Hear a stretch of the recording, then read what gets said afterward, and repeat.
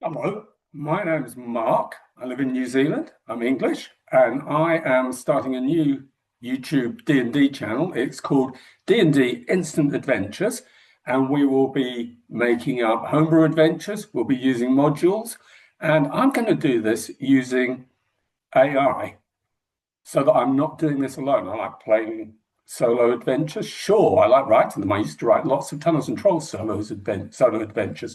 That's where I really started playing D&D when I was, I think 18, 19. I'd come back from university. My best friend had come home in the holidays after the end of the first term, and he'd seen D&D and Tunnels and Trolls. And he introduced me to a mishmash of both rule sets. He thought that D&D was far too complicated, as did the creator of Tunnels and Trolls, Ken St. Andre. And so we mashed them together and we had a lot of fun. I kind of never looked back. I played Tunnels and Trolls for a long, long time, and I ended up kind of loathing and pouring scorn on D&D, as a lot of other people do, especially now after the Hasbro fiasco of 1D&D and the OGL. But anyway, I found that with 5e, there was so much fluidity, so much flexibility. I very much approved and liked of the opening where it basically says DM Fiat supersedes every rule, and players should always remember that if they want to have a good game. So I ended up playing 5e. It was a good time to start doing it. So many people were getting into Dungeons and Dragons then. I also discovered Roll20, and I've been running games on Roll20 ever since then with Discord for sound. I guess I've even been running as many as 7 games a week. Anyway, getting back to what we're doing here, I'll say again, my name's Mark. I live in New Zealand, but I'm English, very much English. And I'm going to take you through the fun I've been having, and also with my son Charlie, doing D&D using AI. I use Gemini free AI and I use Copilot free AI, and I sometimes play one off against the other. And they have big limitations, but there's so much you can do with them, as we're going to see. So I'm going to start by sharing my screen. So you'll forgive me if I pause a little bit. I suppose I could say while I'm doing this that you could please subscribe to this channel. I'm going to try and do something maybe 5 times a week, maybe about an hour long. I haven't exactly decided yet. I think you can you can see my screen now. I've shared it. You should see the Gemini screen. And what else do you need to do? Please give a like and please put down comments. As this is brand new, this is literally going to be the first episode released. I can guarantee that if you do put down a comment, you're going to get an answer. I'm not going to get into arguments or nastiness.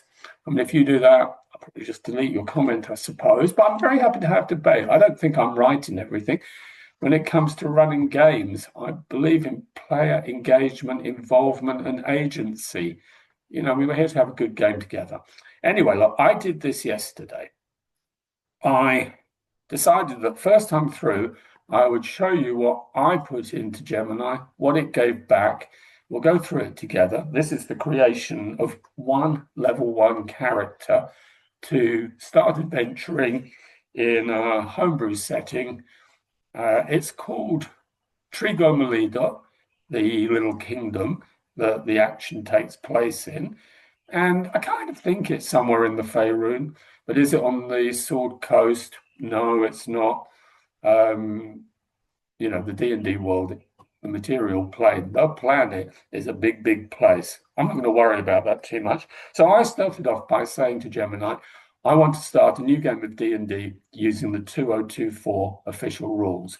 Now, I want it to remember that because I've found that AI just goes back to the 2014 rules time and time again. I have to keep reminding it. It depends on my prompts. There is a remember page in settings, and I have told it that I want to use the 2024 rules at all time, but I don't think we're going to find it can stick to it. I guess because the material it trains on is so predominantly 2014. The other thing that I've told it I do not want it to do is roll dice, because I've found that when it rolls dice, nearly everything is a success. I did a little experiment and I made it calculate the mean, the average number of dice rolls over a session, and it came out at 14.5. It was absolutely insisting that it was random, but it's clear to me that it's not. I think it's basically, certainly Gemini is set up to tell a story and give success to the PCs in the story. The other thing I tell it is do not take actions, do not speak for the PCs. Sometimes I let it do it for the NPCs. It depends where it does. I also have to tell it not to go galloping ahead because it's basically set up to give a great slab of story. I mean, we can look at its thinking. What did it say here? Maybe that's because it's old. It won't do that. We'll see that later on when we do it live. That's a great choice. I'm not going to keep reading out its opening response because it's always telling you how great you are. It's not ridiculous, but it's a bit boring. The 2002-4 revised core rulebooks for Dungeons and Dragons are designed to be an update to the 5th edition, often called 5e 2024 or 1DnD, incorporating feedback and making the game easier to learn and play while remaining compatible with older 5e adventures. Well, okay, that's what WoTC say. And, it's pretty compatible in my experience. I've been playing it solidly for more than a year now, and there are things I like and there are things I don't like most of us. I very much treat anything that WoTC does as material you can use, guidelines, but not rules. I mean, if you don't like something, don't do it. Examples in 2024, well, I think a lot of players enjoyed the old 2014 contested grapples using athletics or acrobatics, and so do I. So I normally give players a choice. If someone's made a build to go against saving throws, fine, that's okay. Same with the same with counterspell. I like those counterspell battles. What else? Well, we'll come to them as we go along. I mean, I do have to say that in my games, I like natural ones to be some sort of disaster often, or at least to threaten them. And I like skill checks where you get a natural 20 to often end up meaning something good happens or you gain a new ability. I mean, it's going to be very situational, but it just makes the game less predictable. And when you've been playing something for, how long have I been playing these games for? 45 years. You've got to keep trying to do different things. To start your new game, the most essential book is the 204 Player's Handbook. Well, there's so much online. I don't actually own a Player's Handbook, 2014 or 2024, nor the DMG, nor the Monster Manual. I've got a few things bought on Roll20, and I've got access to some things on D&D Beyond, thanks to Charlie. Here is a summary of the key changes you'll encounter. Well, okay, I'm going to go through this in case you don't know. Key changes we'll encounter compared to the 2014 rules based on the official release of the 2024 Player's Handbook and Dungeon Master's Guide. Well, okay, key changes. And actually, I just want to go back and see that this thing is recording. I'm using Zoom, so I'll stop my share for a moment. What does it say? Yeah, I can see it says pause, stop recording, so I'll go back to the share. I won't keep doing this, but I did have a trial run, and I thought I was recording and I wasn't. And worse things that happen. I remember when I used to write business emails, and for some reason I'd end up losing them. It was before the cloud. You had to remember to save things, I suppose. Most of the time I was pretty good at it. If I lost something, even if it had been like 2 pages of text, well, I'm a minimalist writer, so it was unlikely to be that long. I treat it as a gift. I just think, okay, there was something wrong in it. I've done it once. I'll do it better next time. And hopefully this is true here as well. Okay, character creation, ability scores and backgrounds. Ability score increases are now tied to your background, not to your species race. Every background now grants you an origin feat at first level, giving characters more starting customization and power. Okay, that certainly is correct there. I find normally if I'm not really specific about the 2024 rules, it will keep telling me that when I'm a human, I get +1 to everything unless I want to be a variant. Okay. Species, races as they were, updated species options are more flexible, often giving you temporary benefits rather than permanent ones. New species like Asimar, Goliath, and Orc are included in the core player's handbook. I'll be honest, I'm not obsessed with Tolkien and dwarves and elves and so on, but I kind of like my characters to be human most of the time. I wouldn't insist them for players in games. They can certainly do whatever they like. But, if someone wants to play a cuddly teddy bear in a game, I could do it as DM, but it does kind of detract a little bit. Won't go down that rabbit hole. Feats. Feats are a core, non-optional part of the rules and are now categorized Origin, General, Epic boons. I always allow feats in my games with 2014 and multi-classing as well. Epic boons eventually. Actually, I played a really good thing called Epic Legacy, which took 5e beyond 20th level, and Epic boons featured in that a lot. So I like epic boons. Many classic feats have been rebalanced. For example, Great Weapon Master and Sharpshooter. Alert is very different as well, and that's something that Gemini and Copilot struggle with. Combat and rules tweaks. Weapon Mastery, new system. Okay, we probably know that by now, don't we? Martial non-spell casting classes gain the Weapon Mastery feature. This allows you to choose an effect, like Cleave or Topple, to apply it when you hit with certain weapon types, making weapon choice more tactical and impactful. Yeah, I mean, it's okay as long as players are quick with them. As DM, I do try and remind people, but not always. And I know there's this martial caster divide. But, on the other hand, when you play a caster, which I'd have to say I normally do, very often you don't have a bonus action. You do something. It all happens very quickly, and then you sit back and wait while the martial characters go through their attacks, their offhand, whatever, So I think it's a little bit of a double-edged sword. If they'd never had weapon masteries, I don't think the game would be too much poorer, but I guess if you really like your martials and you're good at it, sure. Exhaustion. The exhaustion condition is significantly simplified. Instead of a list of varying penalties, which was fine, it wasn't very hard to look up or remember, each level now applies a -2 penalty to all d20 rolls and reduces your speed by 5 feet until you reach 6 levels, which results in death. Yep, I'm good with that. If I played with a group that liked the old version, I'd be good with that as well. Heroic Inspiration is reworked. If you gain it when you already have it, you can now pass it on to another player who doesn't have it, i.e. they don't stack up.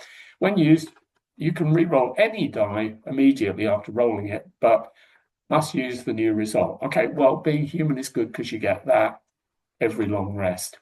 I used to like giving out inspiration as a DM, but to be honest, as I went from the 2014 Player's Handbook through Xanathar and Tasha, player classes, characters were getting OP, really. And it just seemed a bit silly to keep dishing out inspiration because it made all checks a bit pointless because a semi-competent party basically survived everything. I know as DM, you can always bring in something new. I think the golden thing for the DM is to remember you are not bound by the player's handbook. Sure, you want to be comprehensible, consistent. You want to be fair, don't you? But as long as you let your players know what you're doing, that's okay. So go back to the natural ones. I play on saves that a 1 is a disaster and it's double damage, whether you're a PC or a monster. I mean, I've seen that kill a player off at level 22 in an Epic Legacy game. But equally, I play that if you roll a natural 20, you just take no damage, and you'll probably continue to take no damage from that type of attack for that combat. Anyway, what else do they say? Spells and magic. Many classic spells have been tweaked for balance. True Strike was a disaster, now it's great. Counterspell, yeah, sure. I will say that at the top end of the game, Wish, I don't like the way they've dumbed it down, and yeah, I would absolutely be free to use it, in my mind, in my games, in the 2014 way. Yeah, and it is really nice when the players have to work hard at coming up with the right wish so the GM can't twist it.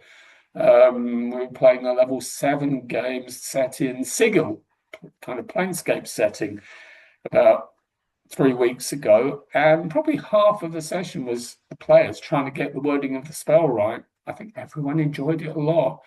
What else? Command. Yes, it's a lot easier now, especially if you're programming for a game like Baldur's Gate 3 that I've never played. Um, but thinking of something good with your one-word command? Yes, definitely. Most classes can now swap their prepared spells after a long rest, making casters more flexible. I'm a bit. I think one of the big things is making your spell choices. Like for a wizard, sure, when you level up, and I always use milestones, by the way, but I'm not hung up on that. I'm not going to read about the terminology and the structure. I think most people say that the books are better organized and the new magic action, yeah, it hasn't made a big difference to games as far as I can tell.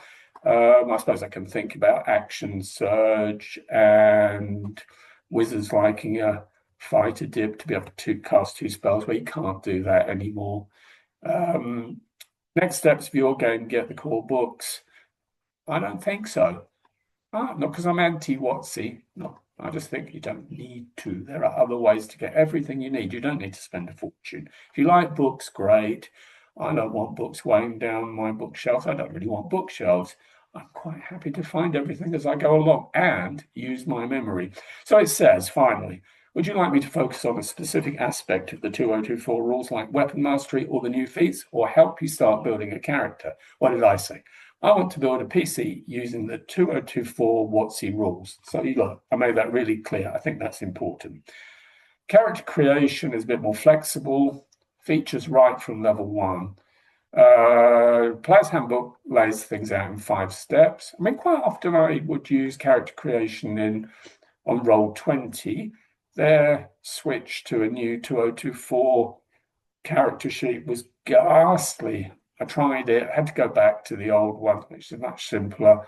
They have improved it a lot now. It's pretty usable now. It's not so clunky and slow as it was. But actually, I found that Gemini would churn out the best character sheet I think I've ever seen for D&D. And I might show you one later on that I made for a level 7 character and the tabs it's got on it. I mean, basically, it will give you the HTML code and you can dump it into your search bar. I think I've got one up here. Let's have a quick look at it now. Oh, look, there's a character, Celine the Scholar Fighter, an Echo Knight. This is only a level 1 character, so there are no tabs. I mean, the other character I might show you later on has tabs for combat tactics, lots of things like that. But, I think it's a nice clear layout. And I could ask it to put it in a different way. I mean, you can probably already tell that I like the new Magic Initia Origin feed. Okay, but let's not spend too much time on Celine the Scholar Fighter, who's going to be an Echo Knight at level 3, because that's when characters in 2024 get their subclasses. Right, so first wants me to choose my class. So it tells me there are 12 core classes, but I think if you want to play Artificer or anything like that, fine. Determine your origin, background, and species. So choosing a background is a new key step. I know that they're set up 16 available backgrounds and you get a +2 and a +1 ability score. But to be honest, I think players need to have a character they want to play when they start a campaign or a one-shot. And as a DM, I'm always going to allow custom backgrounds. So consequently, I've never really bothered very much about backgrounds myself. Let's keep skipping on. Record your origin feed. Okay, I do think that 2024, the origin feeds are a very important thing. I think they're nice. I mean, they do make characters more flexible, more versatile, more powerful. But, I think that's good. You want to enjoy a character from the offset. I could play a game where I played a commoner. I could be in a group where everyone else was a commoner. And if the DM set things up for us to enjoy it, it would be a fantastic game. But look, here we are. We're going to be playing D&D 2024. Choose a species. I don't going to say much about that. Ability scores. Well, in this game, you can see standard array. I went for 27 point buy. Random generation, fun sometimes, but I don't really like people using it in the campaigns. What else do we need to say here? I'm going to keep skipping through, choose equipment. Okay, what did I say next? Oh, it said, Mike, the question at the end. This is very Gemini.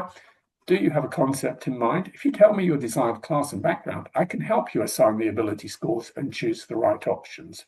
I like the fact it's nice and polite and helpful. I was talking to my daughter the other day. She thinks that her generation, well, she's 20, people are going to become less and less socially able, more and more socially repugnant, being rude to other people because they can be rude to AI. I kind of feel because the AI is set up to be always friendly, polite, quick to apologize. I know it's going to make some people worse, but I have this theory that the majority of people are going to be nudged in a good direction. We shall see. You can probably already tell that I'm an optimist. I would much rather, I think I'm a optimistic realist or a realistic optimist. I don't mind either. What did I say next? I want to play a human wizard so I can get heroic inspiration and 2 origin feats. So I want to use 27 point buy, and I want to prioritize intelligence, constitution, and dexterity in that order. What else do you need to know? Look, I misspelled intelligence. I normally correct my spellings when I see them because I'm a bit pedantic like that. I'm a real language lover, but that doesn't matter. Gemini, Copilot, AI, they very good at working out what you're saying now. That's an excellent start. Well, everything starts off with telling me how good I am with an exclamation mark. It's not too over the top and sucking up to me, but I still think, meant just subliminally. It's a nice thing to be told bright things. I mean, we all like teachers who do that. I'm a teacher, and of course, I do that as consistently as I can. Right then, choosing the human species lineage is a very strong choice because it gets a 2nd origin fee. Exactly. I mean, I kind of think that if I take Magic Initiate, I get 2 cantrips and a level 1 spell with a free use without a spell slot once a day, once a long rest. And that's just so strong compared to almost everything else. Here's what we know and what we need to figure out to complete your level 1 human wizard using the 27 point buy system. Grants the brave feat and a 2nd origin feat. Okay. Let's see. Let's say background. Okay, we know we've talked about that before. Let's quickly keep flowing through. You have great options that help boost your primary score. I'm just going to see what it gets to. Let's keep going. Which of these backgrounds interests you? Or another one entirely. I say, okay, this is me trying to make it clear the sort of PC I want. I want to take Magic Initiate twice, once Druid and once Wizard. As for background, I don't really care. You can choose something that fits everything else I say I want. I don't get my subclass until level 3, and I want to start at level 1. I'm kind of keep telling you about the subclass at level 3. I think I need to. That provides us with a clear path forward. Thank you for the extra constraints. Yeah, I like the politeness. You're correct that many classes, including the wizard, typically select their subclasses at level 3. I mean, I'd be tempted to say many, but ones don't. Maybe I did ask that. Let's see. So here's how we can build the class. Step 1, assign the 27 point buy. Want to prioritize intelligence, constitution, dexterity in that order. So it's coming up with intelligence 14, constitution 15, dex 15, wisdom 8, strength 8, charisma 8 as the base, and giving the a +2 to all of the top 3. So what do I end up getting to? This leaves you with 2 unused points, which we could spend to raise a third 8 up to 9. But since 9 is still a -1 modifier, we'll keep them at 8. Okay, fair. Background, scholar gives 2 to intelligence and 1 to something else. Okay, so we get to the final one now. Intelligence 16, constitution 16, dexterity 15, wisdom 8, strength 8, charisma 8. Okay, that sounds all right to me. Well, now I'm going to check that it's got it right. Now, it kind of looks right, doesn't it, more or less? Your character is tough, quick, and smart, with a starting intelligence +3 for your spells. Okay, that's good. 2 origin feats. Right then. And it's telling me about brave. I have advantage on saving throws against being frightened. I always forget that. I don't know if players do as well. All right, then my druid magic initiative feat. I'm going to choose 2 cantrips and a first level spell. Oh, what does it say now, Gemini? Wait, we missed your 2 magic initiative requests. Did we? I think you did. Anyway, what does it say? While magic initiative can be an origin feat, you cannot set up the same origin feat twice, even if you choose a different spell list. I don't think that's true. Anyway, I'm going to say that I can, because it's my game. But I think you can. Here's the 24 solution to get both. Background feat, scholar. Okay, so we can do it. Okay, we can do it. Fair. Right then, dual magic initiate. Background is now acolyte. And so I'm going to get +2 to intelligence, +1 to constitution. That's nice for acolytes, isn't it? That they get tougher. I wonder why acolytes are hardier than non-acolytes. A bit odd. Okay, it looks like my final ability scores are the same. Yes, they are. So let's keep running down. Your final choice is needed, spell selection. Okay, it's reminding me about my +3 intelligence modifier. And my wizard spells, I get to choose 3 cantrips and 6 skills. And I've got to do my acolyte proficiencies. 2 skills, 1 language, 1 tool. See what I say. Okay. Oh, so you remember when it said I was right about subclasses? Can I find it easily?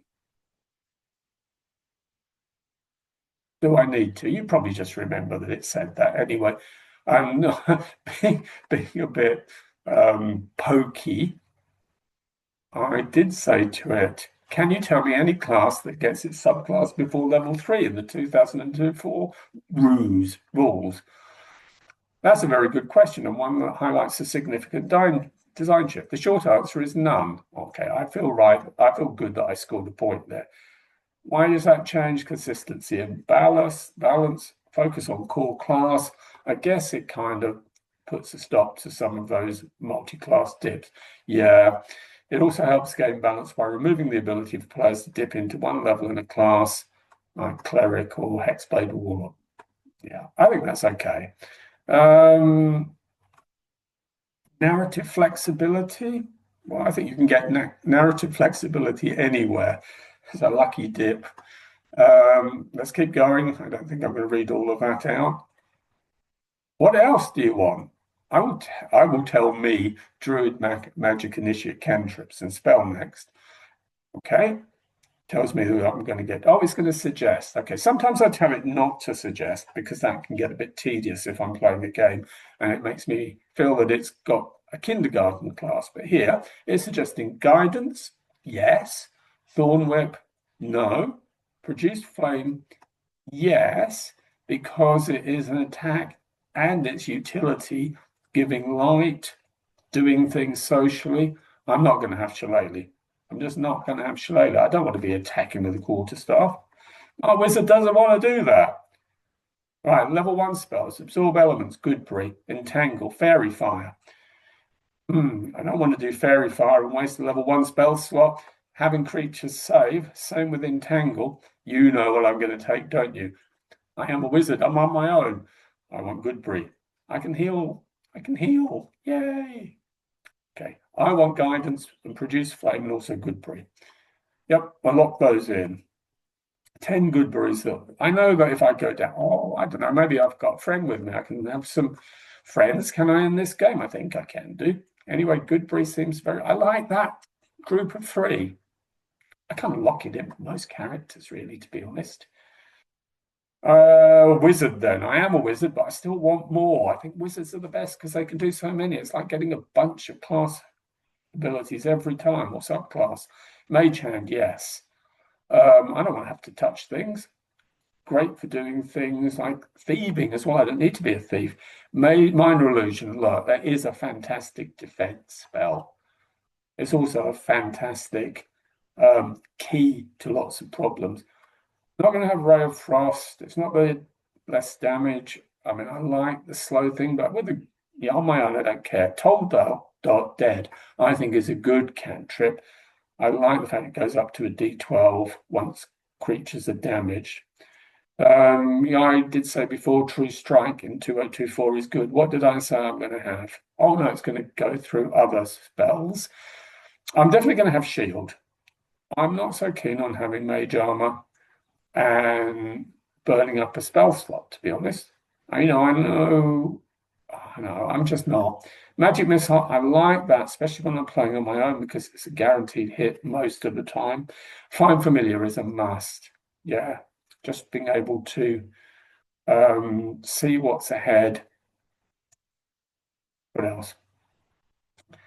So I tell it it's going to be Wizard, the next Magic Initiative feat. I got a little bit of healing. I could have gone Cleric to get Healing Word as bonus action. I could have got the Light Cantrip because I won't have Dark Vision. Let's see what we get to next. It's telling me Mage Hand, Minor Illusion. Well, we've covered all those before. Nothing new with its level 1 spells. I mean, they are very good and obvious level 1 spell choices, I know. So I say I want Mage Hand and Minor Illusion and Shield as my spell. So it means I'm going to get an extra use of Shield if I'm in trouble. Right then, so where are we going to go to next? I think that, because they keep summarizing things for me, which is very nice. I like that. Hit points 9 with my +3 modifier. That sounds okay. Armor class 12. I am going to rely on Shield. I'm going to basically rely on not getting attacked as much as I can. I'm playing on my own, but it doesn't mean that I can't meet other people in this imaginary world and avoid being on my own. Right then, cantrips, proficiencies. Let's see what I choose. I think I get 3 wizard cantrips. True. My first wizard in D&D that I really played, Saffron Alcazar, a high elf. He got 4 for being an elf. For a long time, I thought you got 4, but of course you do get 3. So it's telling me that's right. Total cantrips 7. You see, I just think I'm stocked up. I'm stacked with 7 cantrips. So I think, let's see, it's going to recommend Firebolt. Well, I've already got Fire with Produce Frame. Told the Dead, I told you I like. Shocking Grasp, I'm not going to do that in melee. Prestidigitation is very, very nice, but let's see what I picked. I take Toll the Dead, Mending, and Message. I think Mending is fabulous in outside of combat. There are so many things you can do when you meet people in villages, etc., being useful, and they do things for you. Told you why I like Toll the Dead, a wisdom save with the potential of doing 1d12 damage at level 1. It's kind of nice by the time you get your cantrip upgrade at level 5 and you're rolling 2d12. It's a pretty good attack. And Message, I just think that communication is at the heart of this game. 3 pillars: combat, exploration, and the social side.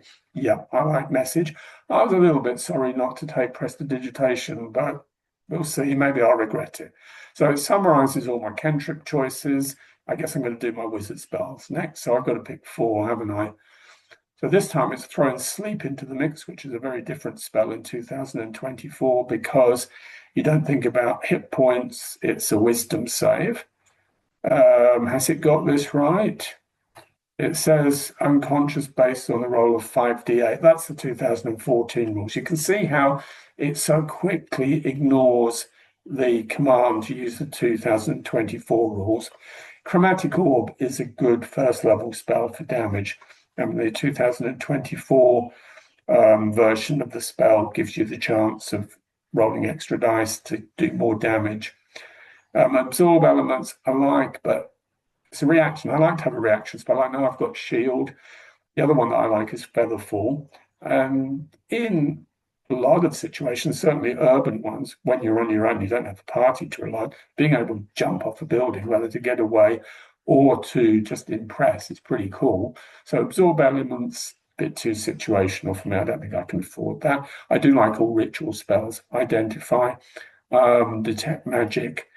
What else? I like unseen servants as well in a situation like this sort of campaign is likely to be. Yeah, I like identify, and I do prefer people who use identify than just do arcana checks because otherwise it makes the spell redundant. But on my own, I suppose I will rely on arcana checks. Let's see what I chose. Magic missile. Okay, so that's more damage to go with. Produce flame and toll the dead. Find familiar. Unseen servant. Very useful having something that can do your ironing, as I think the text of the spell says, but they can do lots of things. They can lie down, they can basically trip over enemies. Ritual spell, like find familiar. I'm not going to worry about money, by the way, for these spells. I'm not going to worry about components unless they're really big ones, like Force Cage or the Resurrection spells. Detect magic. I like it because it lasts 10 minutes and you get that 30-foot aura, so you get a lot of bang for your buck there. I told you about Featherfall. Oh, yeah, and the other one I think is super useful at level 1 in city adventure and urban adventure, especially by yourself, is disguise self. I mean, you can see how I'm pretty much setting up to not get into combat and have to not be hit. So it tells me it's a superb utility-focused list, and that's what I intended. Okay, so I think, my level 1 character wizard, with those 8 spells, and I've got 2 spell slots, but I've got a free cast of Shield, and I've got a free cast of Goodberry, and then my 7 cantrips. I feel pretty capable. Like if I was suddenly dropped into the world of Lord of the Rings or Harry Potter or something like that, and instead of being this Mark, the teacher, I could suddenly feel, yeah, I ought to be able to do all right. 3 of my spells are rituals, meaning that once you have them in your spell book, and I have, you can cast them outside of combat without spending a spell slot. They take longer, but it is a major advantage. Finalizing the level 1 human wizard. We have 2 things left to fully complete. Proficiencies, 2 skill proficiencies. What's it saying? Insight and religion. I don't really like. Religion doesn't come up very much. Insight, I have to say in games I don't like that much because I'd rather do it through role playing, but okay. Extra language, so situational, don't really care. Equipment, I'm just going to take wizard starting equipment. I don't want to muck around spending my money. So let's see what I say. I want to be homebrew with my skills. Ooh, bold. Instead of insight and religion, I told you I didn't like them. I'll take stealth and perception.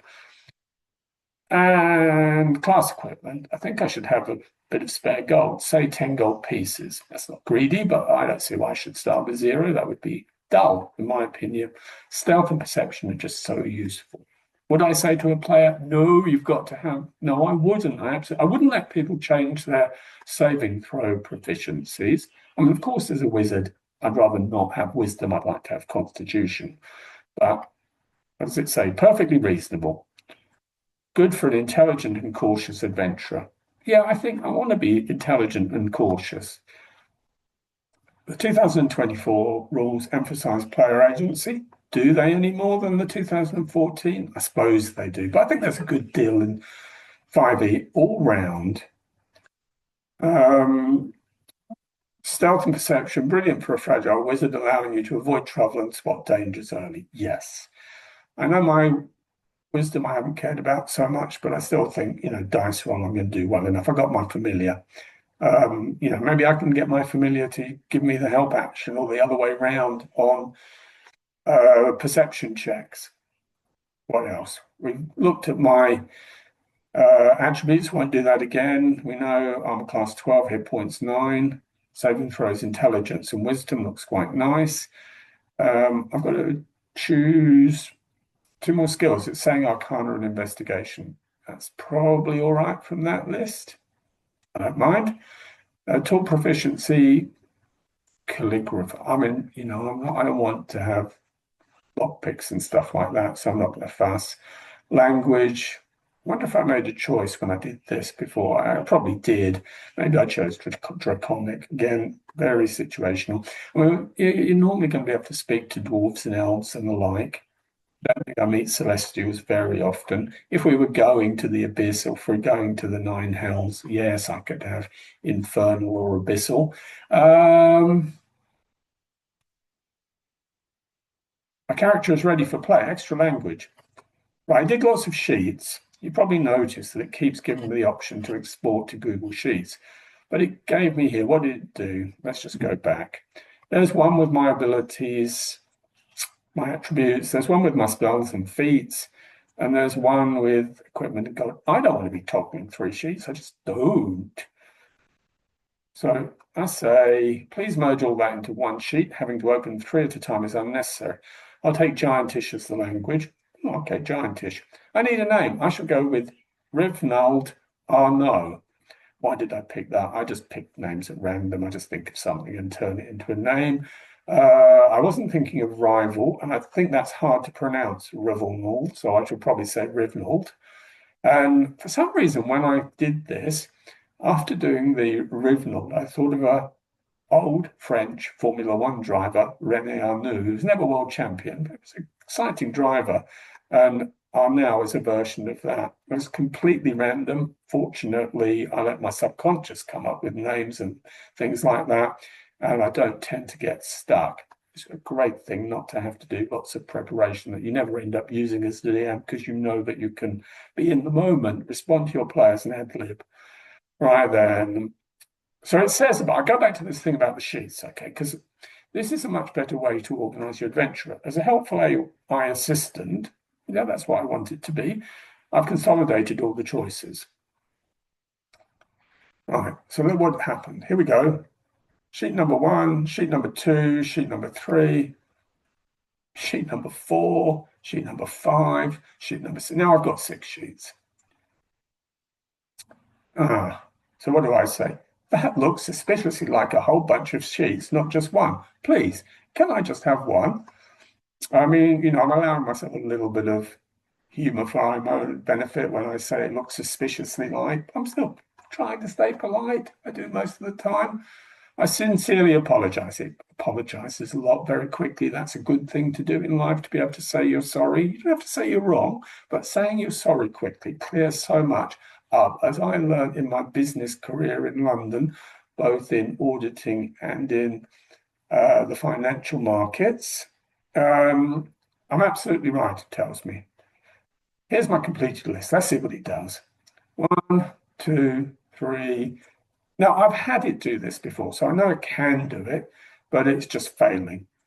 You still have several sheets. I know you can just make one consolidated sheet. Please get this right this time. I'm reminding it what I want. I'm being polite. I'm telling you, I know it can do it. I understand that when you ask for a single consolidated sheet, you expect the information presented in one flowing, easy to read block without multiple breaks. Or sections like, it's not about, I just don't want the separate documents. I will ensure this response is presented as one cohesive and complete character sheet using tables. Okay. Let's see.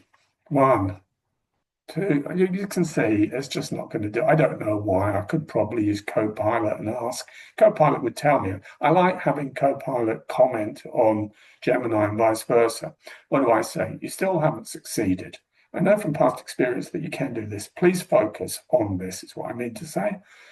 So it's apologizing again, and then we get 1, okay, I think I would give up now, wouldn't you? How many sheets do you see? I ask it. I see 1 single consolidated sheet. Okay, maybe there are just all 1 sheet. I didn't even look. I'm not going to look now. Please show the 1 sheet to me now. Okay, that's how I dealt with it. Very to the point. It does it, and it gets shown. Oh, okay.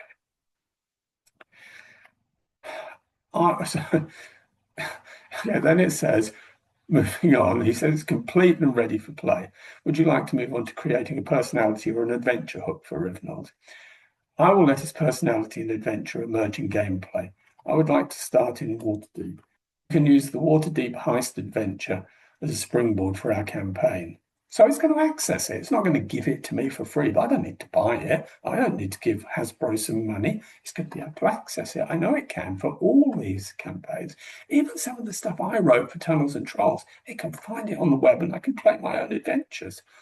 Even though I sort of sold the rights to it to some US company that thought it might resurrect tunnels and trolls and hasn't. I think it paid me something like 500, 750 US dollars for all my material. I only ever did it for fun. I mean, it's sold in bits and pieces. It was a nice little passive income stream. But anyway, it's kind of neat that I can play them now. Don't even have to have the books myself.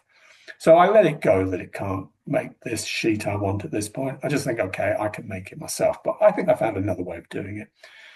All right, starting with Waterdeep Dragon Heist. You traditionally begin the campaign in the Yawning Portal Tavern. This is where the core conflict is introduced. You'll meet the first key NPC. So it says my current status. I likely have a connection to the temple because I'm an or guild or a religious structure in the city as I'm an acolyte. Sure, I might be working as an information gatherer for a powerful figure. The hook. It's the evening of Kythorn the 7th. I have to say I can't be bothered with different calendars. It doesn't do much for me. If it does for you, fantastic. I'm just saying it doesn't for me. The sun has set and the massive cylindrical well leading down into the Undermountain, the yawning portal sits at the centre of the tavern. Brunald, having recently arrived in the castle ward, or perhaps residing nearby, sits quietly at a secluded table in the tavern's upper tier, sketching arcane runes in his spellbook and sipping a lukewarm ale. His robes are tidy, but his posture is tense. He's more comfortable observing than being observed. And I'll be honest, I don't like it telling me about my character, and I might have to tell it to stop. I'll let it go for the moment. He knows he looks too much like a scholar to be truly ignored in a den of adventurers. Well, probably fair. A boisterous adventurer named Dernan, the proprietor of the tavern, is cleaning a mug behind the bar. Dernan is renowned for never speaking unless necessary, but his reputation as a powerful former adventurer who descended into the depths of the Undermountain and returned is well established. Suddenly, a loud and panicked thump echoes from a nearby table.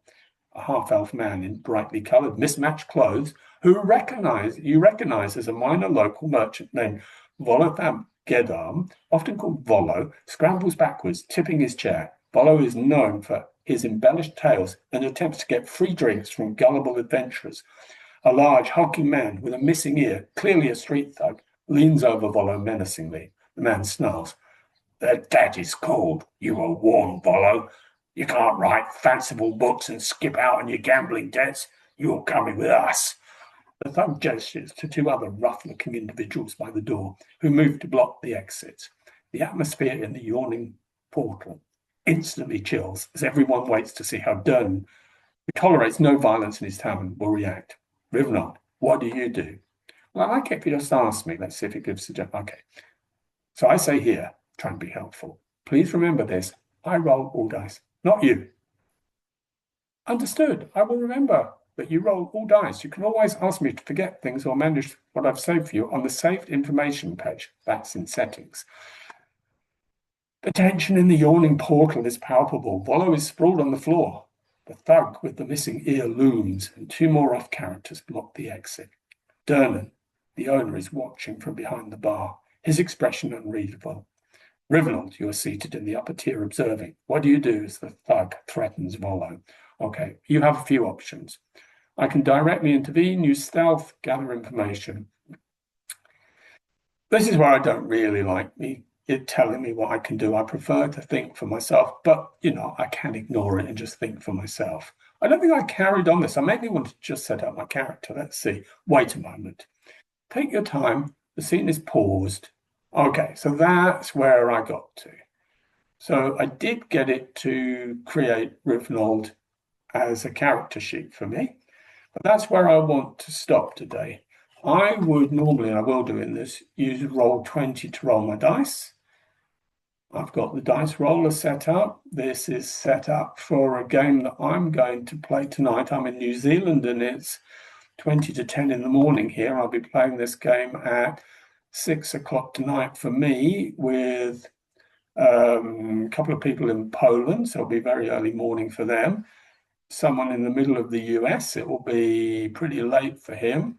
And my son Charlie in New Zealand as well, same time as me. Like in Roll20, I tend to use the images on screen a lot. And if I was using this as my map screen, the basis of the adventure. I wouldn't spend a lot of time describing it because I think players can hear my words, but they're not necessarily going to listen for very long. But they'll use their eyes and they'll do as much as they want to there. There's not much point in me adding the flavour to it. I will a little bit. When I bring on NPCs, I tend to do the same thing as well. Let's try this one, Clytemnestra.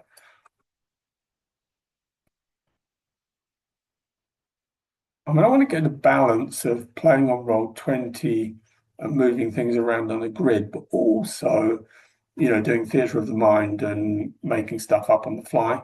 I typically, I like choosing the images for NPCs. Let's blow this one up. Okay, so she is a drow. She started off being a potential enemy of the party, but she turned on a necromancer. She'd been forced under Geese, the level 6 spell, to do the necromancer's bidding. And although she hasn't become a party member, she's an ongoing NPC as a friend of one particular character, a tiefling warlock called Sayus. Now, I would let people look at that. When I'm running the game, I'm more interested in the dialogue. And if I have that image in front of me, it's normally not very hard for me to imagine the motivation. I don't write it down. I just look at what I see, and I use my own personal insight to play that character. If I was playing, let's look at some earlier NPCs, because there's one other point I want to make. Maybe this will be a good one. Let's take this custodian. I've got no idea what it was. I'll delete them off the map in a minute. Okay, let's blow this up.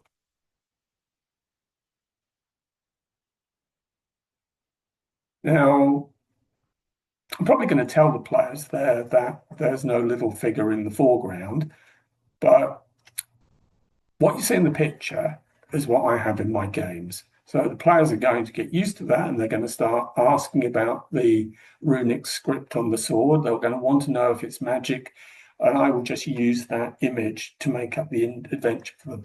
If someone says to me, is what the skeleton's wearing magical? I'll make my mind up. Maybe it will be, maybe it won't be. Anyway, I don't want to spend a lot of time saying that now. The main thing I was going to say, and I did say I'll delete these, is that I use the dice roller here. And when we do the next session, which will probably be tomorrow, then we will pick up here. So you know that we're in the Yawning Portal Tavern. We're going to get going with this thug looming over Volo, and we're going to see whether the tavern keeper, what was his name? Of course, I can't remember yet. I do want to remember, so I'm going to try and find it. Normally, I'm pretty good at finding things quickly, I think, but I have to go up further. Oh, yeah, Durnan. He sounds like he's a dwarf. Maybe he was an orc. I've got my lukewarm out. Look, I think straight away, Gemini does a good job at setting the scene. I feel that I can understand the setting, and I'm looking forward to playing it. So the time has come for me to stop sharing my screen, trust that the recording has been going on, say goodbye to you. Look out for more recordings. Hope you like my Jenny and the Mexicats t-shirt, Verde Masaya, Beyond the Green, which make of that what you will. And I should say again, please subscribe, please like, please give a comment, and hasta la vista, baby.